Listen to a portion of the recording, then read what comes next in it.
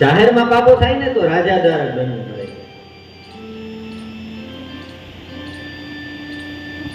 એક ભગત હતો દલો કરીને, બધા ઓળખતા હશે દલા તરવાડી. એ દલો દરરોજ એક પટેલના ખેતરમાં જાય અને ત્યાં શાકભાજી બધું જોવે અને એને ઈચ્છા થઈ જાય કે આમાંથી લઈ લઉં, પણ પોતે વિચારે કે પાપ થોડું કરાય કાંઈ બીજાના ખેતરમાં જઈને.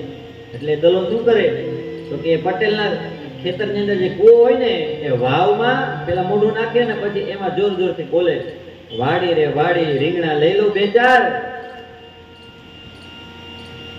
એટલે પાછો એને એ જ એમાં ને એમાં જવાબ આપે, લઈ લ્યો ને 10-12. એટલે કૂવામાં ભટકાઈને અવાજ આવે, શું અવાજ આવે? લઈ લ્યો ને 10-12. એટલે અવાજ પકડી જાય કે ચાલો મને અંદરથી કીધું કોકે કે 10-12 લઈ લ્યો તમે તાર. પોતે ને પોતે બોલે અને પોતે ને પોતે પાછો લઈ લે. આવું ઘણો ટાઈમ ચાલ્યું, વાડી રે વાડી રીંગણા લઈ લો 2-4 ને લઈ લ્યો ને 10-12 એમ કરીને પોતે ને પોતે જ લઈ જાય, પોતે ને પોતે જ બોલે. પોતાને એમ છે કે હું ક્યાં કઈ પાપો કરું છું. ખરેખર તો એ જાણતા કે અજાણતા થયા તો પાપો જ છે, કહેવાનો ભાવે.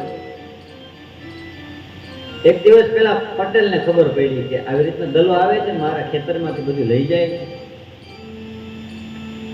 અને એક વાર સંતાઈને જોયું કે આ કેવી રીતે લઈ જાય, તો એને જોઈ લીધું કે વાવની અંદર આવું બોલે, કૂવામાં બોલી અને લઈ જાય.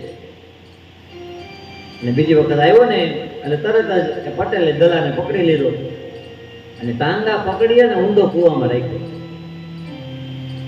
દોરીથી બાંધી દીધો.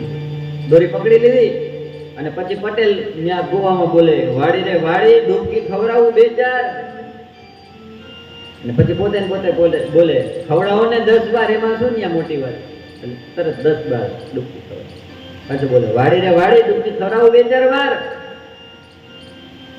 તો દલો કે ના ના નથી ખવડાવી. તોય પાછો પટેલ બોલે 10-12. પાછો 10-12 ડૂબકી.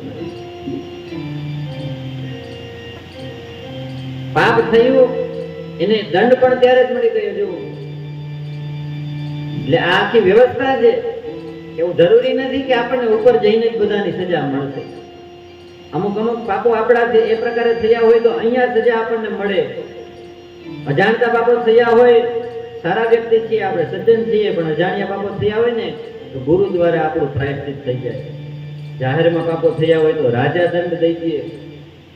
અને આજે રાજા કોણ છે? તો કે આ આપણું જે સરકાર છે એ રાજ છે.